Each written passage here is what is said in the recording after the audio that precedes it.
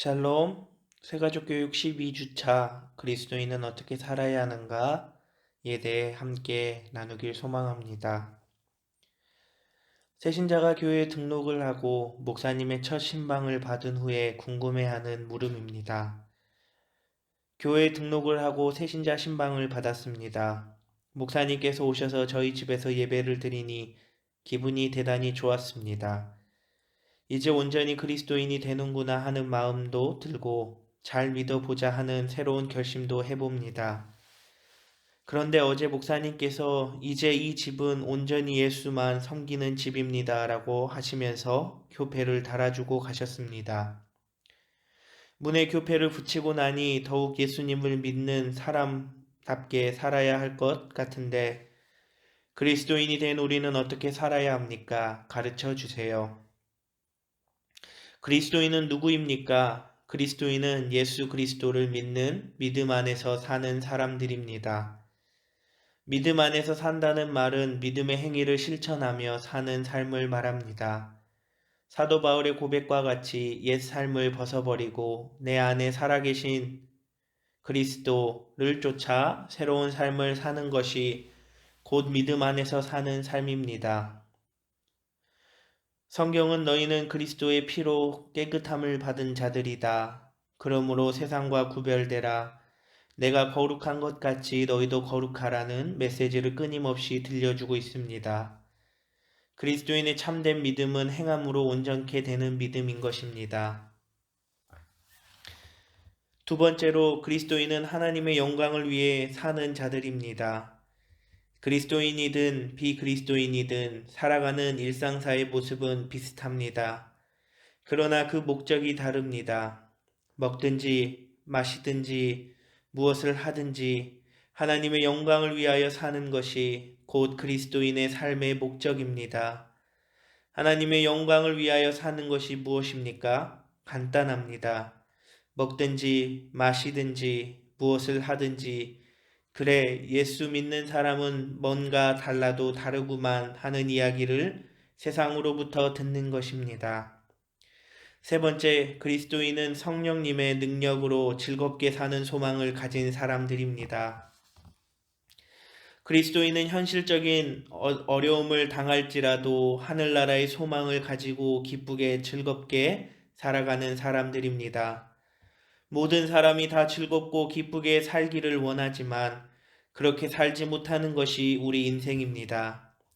그러나 우리 그리스도인들의 삶에는 성령님이 함께 계셔서 기쁨과 평강의 능력을 주셔서 즐겁게 살 수 있도록 하십니다.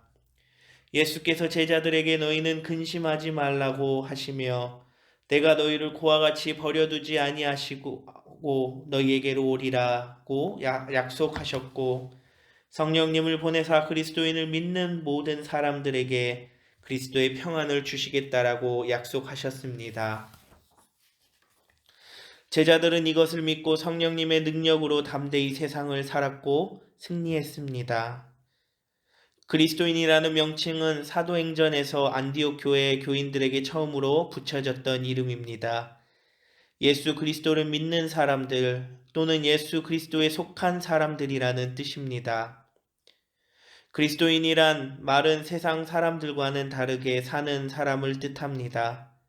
인생을 사는 목적이 다르고 살아가는 모습이 달라야 합니다.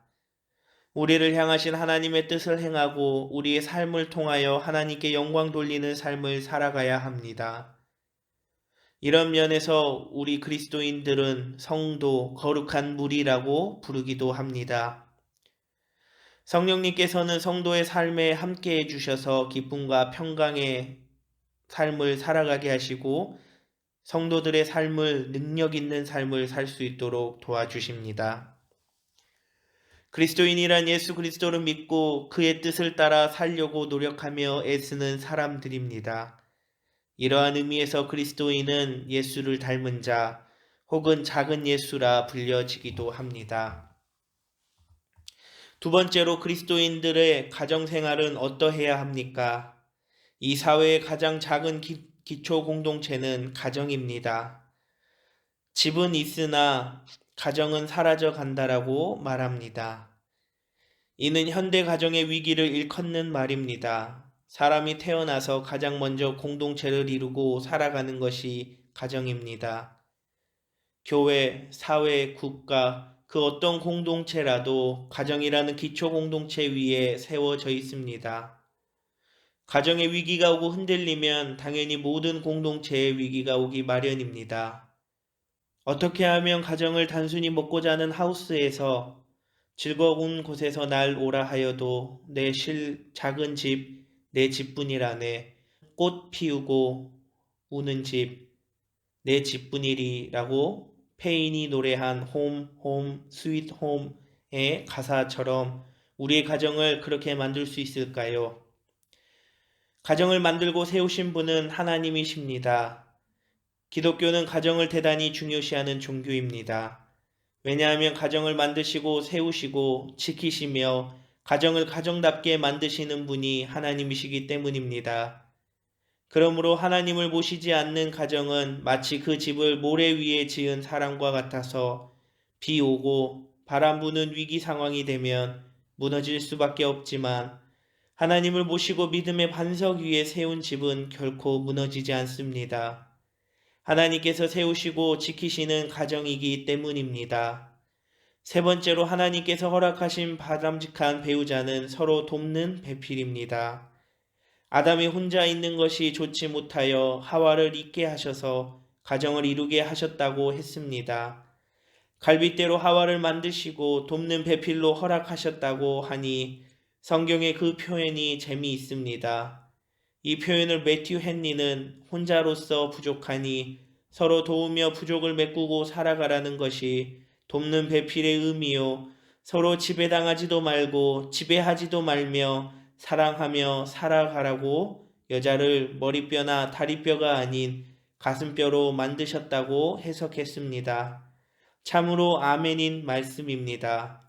가정은 남존 여비니 여성 상위 시대니 하는 인권 경쟁의 장이 아니라 아내는 남편을 기쁨으로 순복하고 남편은 아내를 그리스도의 사랑으로 대하며 가꾸어가는 사랑의 공동체인 것입니다.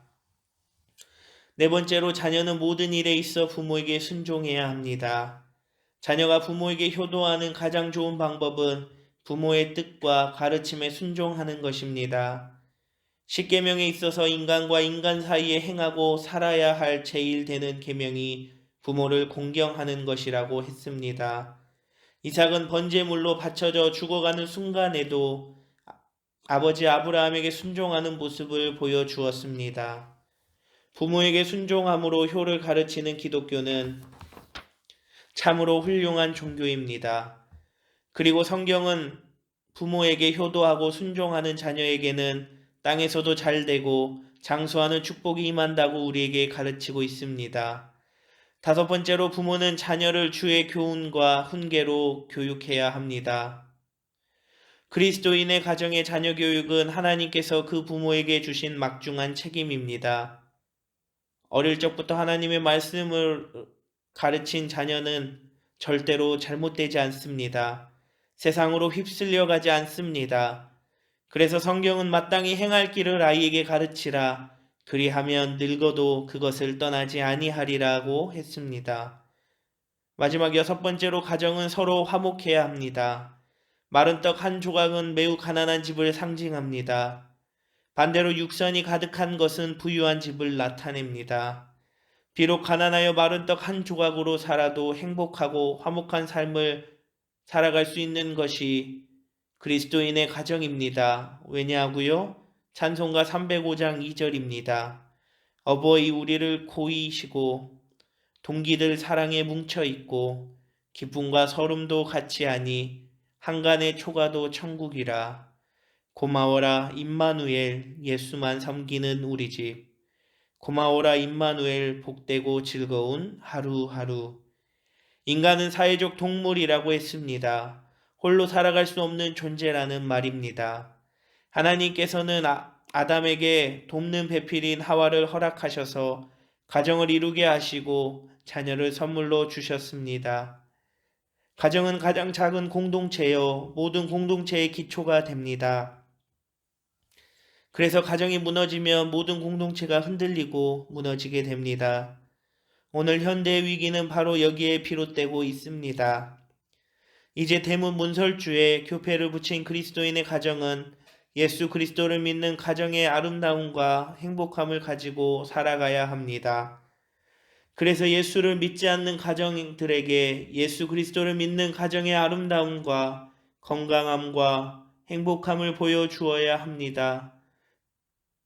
믿음 위에 서서 하나님의 말씀에 순종하며 말씀으로 자녀를 양육하고 기도하고 복을 빌어주면 화목한 가정이 됩니다. 가정은 인생들에게 행복하게 살아가라고 하나님께서 주신 최대의 선물입니다. 부모가 서로 이해하며 서로의 부족을 메꾸어 주고 자녀를 위하여 기도하고 주의 말씀으로 양육하며 자녀는 부모의 뜻을 받들고 순종하면 화목과 행복과 기쁨이 충만한 가정이 됩니다. 이런 그리스도인의 가정에는 성령님이 충만하게 역사합니다. 세 번째, 그리스도인의 신앙생활은 어떻게 해야 합니까? 그리스도인은 예배와 모든 집회에 모이기를 힘써야 합니다. 하나님께서 가장 크게 기뻐하시며 받으신 것은 예배이며 예배를 통하여 우리는 하나님을 만나며 하나님께 큰 영광을 돌릴 수 있습니다. 그러므로 예배는 우리 그리스도인의 마땅한 기본 자세요 의무입니다. 두 번째로 그리스도인은 하나님의 말씀을 즐거워하고 묵상해야 합니다. 하나님은 어떤 분이신가? 인간은 어떤 존재인가? 그리고 우리 그리스도인은 어떻게 살아야 하는가? 이 모든 것에 대하여 하나님은 성경을 통하여 말씀하시며 대답하고 계십니다. 성경에 기록된 하나님의 말씀은 살아있으며 운동력이 있어 믿음을 성장하게 하고 그리스도인다운 삶을 살아가도록 지식과 힘을 공급해 줍니다. 세 번째, 그리스도인은 기도 생활에 힘써야 합니다. 기도는 영혼의 호흡이며 우리는 기도함으로 하나님의 뜻을 더욱 잘 알 수 있고 하나님의 능력과 은혜의 자리로 더 깊이 나아갈 수 있습니다. 그래서 사도 바울은 우리 그리스도인들에게 쉬지 말고 기도하라고 했습니다. 네 번째, 그리스도인은 즐거운 마음으로 봉헌 생활할 수 있어야 합니다. 봉헌이란 받은 은혜를 감사하며 하나님께 예물을 드리는 것으로서 미리 준비하여 정성껏 드려야 합니다.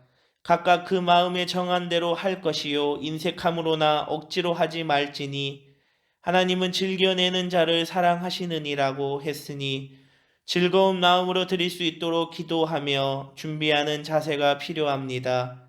무엇보다 모든 것이 주께로 말미암아 싸우니 우리가 주의 손에서 받은 것으로 주께 드렸을 뿐이니이다 라는 물질에 대한 하나님의 절대 주권을 인정하는 신앙 고백이 우선되어야 합니다.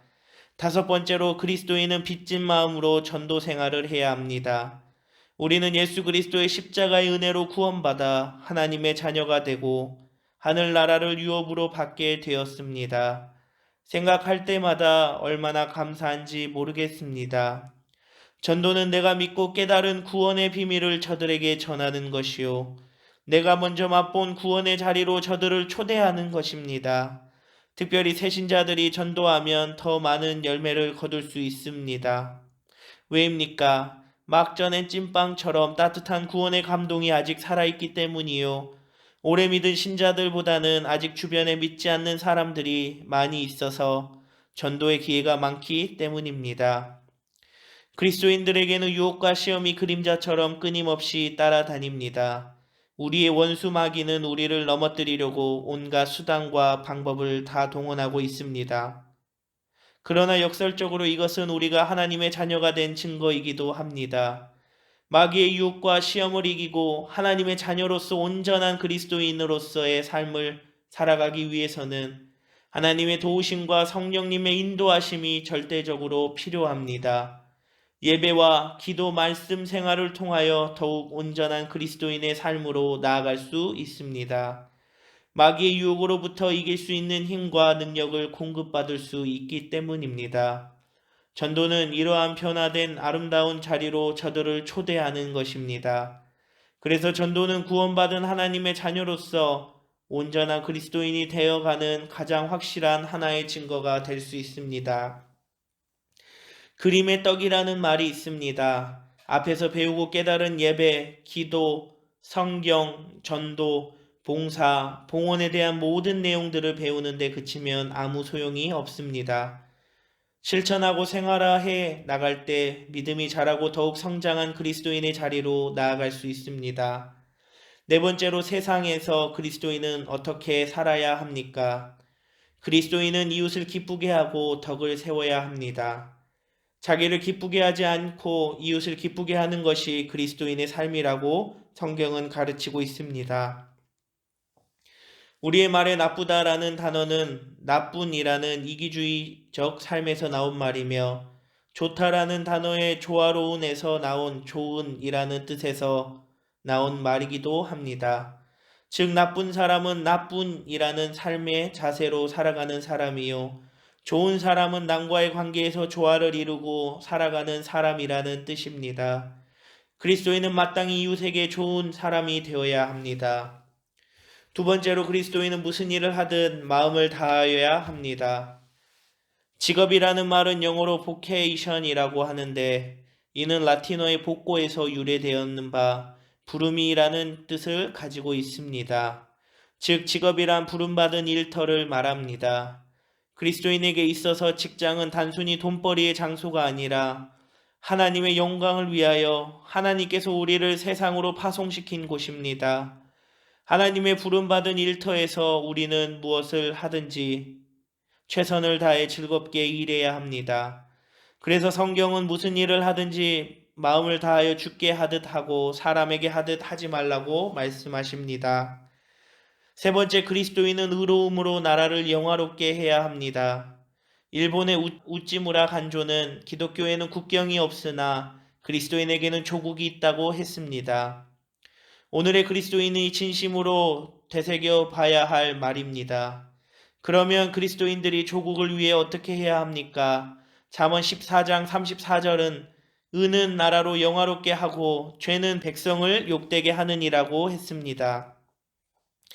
한 나라의 진정한 위대함과 영화로움은 그 나라의 군사력이나 경제력, 문화적 우수함에 있는 것이 아니라 온 나라의 백성들이 하나님을 두려워하고 사람을 사람답게 대우하는 공의가 실행되어짐에 있습니다. 소돔과 고모라 성은 추악한 범죄로 인해 멸망했습니다. 하나님께서는 그 성의 구원을 위해 의인 10명을 찾으셨으며 단 10명의 의인도 없던 소돔과 고모라는 끝내 멸망할 수밖에 없었습니다. 네 번째로 그리스도인은 자연을 다스리고 지켜야 합니다. 하나님께서 태초에 천지를 창조하시고 보시면서 심히 좋았다고 만족해 하시며 기뻐하셨습니다. 그리고 우리 인간들에게 이 완벽하고 아름다운 창조의 세계의 자연을 잘 관리하고 다스리라고 사명을 주셨습니다. 그러나 인간들은 하나님의 창조 세계를 잘 관리하지 못하고 파괴시켜 버렸습니다. 인간의 범죄로 인하여 파괴된 창조 세계를 바라보고 사도 바울은 피조물이 다 이제까지 함께 탄식하며 함께 고통하는 것을 우리가 아나니라고 말합니다. 그리스도인들은 이 죄를 회개하며 하나님의 창조 사역과 회복하심에 동참해야 합니다. 사람은 이 세상에서 여러 가지 관계를 맺으며 살아갑니다. 그 관계는 네 가지로 살펴볼 수 있습니다. 자기와 자아 간의 관계, 하나님과의 관계, 사람과의 관계, 그리고 자연 만물과의 관계입니다. 그런데 이 네 가지 관계가 죄로 인하여 온전치 못하며 깨어진 채 서로가 서로에게 고통을 주며 살아가고 있습니다. 그러나 예수 그리스도의 십자가는 이 모든 관계에서 우리를 다시 회복시키고 있습니다. 이제 그리스도 안에서 새롭게 된 우리 그리스도인들은 이 모든 관계에서 적극적이고 능동적인 삶의 자세를 가지고 살아야 합니다. 선한 사마리아의 사람처럼 이웃의 어려움을 헤아려 도움을 줄 수 있는 사람, 사회에서 자신의 일을 하나님께서 내게 주신 직업으로 생각하고 감사하는 자세로 열심히 일하는 사람, 나아가 나라와 민족을 위하여 기도하며 국민의 한 사람으로서의 의무를 다하는 사람이 바로 참된 그리스도인입니다. 왜냐하면 그리스도인의 신분은 하나님 나라의 시민인 동시에 사회의 한 시민이기 때문입니다. 또한 하나님께서 창조하신 아름다운 자연을 보호하며 가꾸어야 할 책임도 우리에게 있습니다. 그래서 하나님의 뜻을 실천하고 회복해야 하는 선한 청지기가 되어야 합니다. 그리스도인은 하나님, 인간, 자연과의 관계에서 하나님의 뜻을 쫓아 하나님의 뜻을 회복하며 그 뜻을 실천하며 사는 선한 청지기입니다. 교회에 등록을 하고 신방을 받고 그리고 문에 교패를 붙이는 진정한 의미는 무엇입니까? 이제 우리 집은 온전히 예수를 믿는 집입니다. 이제부터는 예수 그리스도의 뜻을 따라 하나님의 영광을 위해 살겠습니다. 라고 고백하는 성도의 집이라는 뜻입니다. 성경적으로 보면 어린 양의 피를 문설주에 바른 유월절 정통의 의미가 있습니다. 그리고 목회적으로 보면 이 집은 우리 교회의 한 가족이 되었으니 앞으로 잘 돌보고 관심을 갖겠다라는 의미도 있습니다. 그러나 가장 적극적이고 능동적인 의미는 나와 우리 집은 이제 그리스도 안에서 새로운 피조물이 되었습니다라는 엄숙한 선언의 표시입니다. 하나님은 우리를 3번 부르신다는 말이 있습니다. 하나님의 자녀로 부르시고 일하라고 부르시고 마지막엔 상 주시려고 하나님의 나라로 부르신다는 것입니다. 이제 우리는 하나님의 첫 번째 부르심에 예라고 대답하여 하나님의 자녀가 되었습니다. 앞으로 온전한 그리스도인의 자리로 더욱 나아갈 수 있기를 바랍니다. 그리하여 마지막 부르심에 따라 하나님의 나라에 갔을 때 큰 상급을 받으시기 바랍니다. 하나님과의 관계를 통해 우리는 세상과 새로운 관계를 맺게 됩니다. 우리는 그분의 증거입니다. 새가족 교육 12주차 그리스도인은 어떻게 살아야 하는가에 대해 함께 나누어 보았습니다. 바라기는 우리 모두가 하나님의 영광을 따라 하나님을 위해 살아가는, 그리하여 하나님이 주신 상급과 의의 면류관을 사모하는 저와 여러분들이 되길 바랍니다. 새가족 교육 12주차 교육을 함께 해주셔서 감사합니다.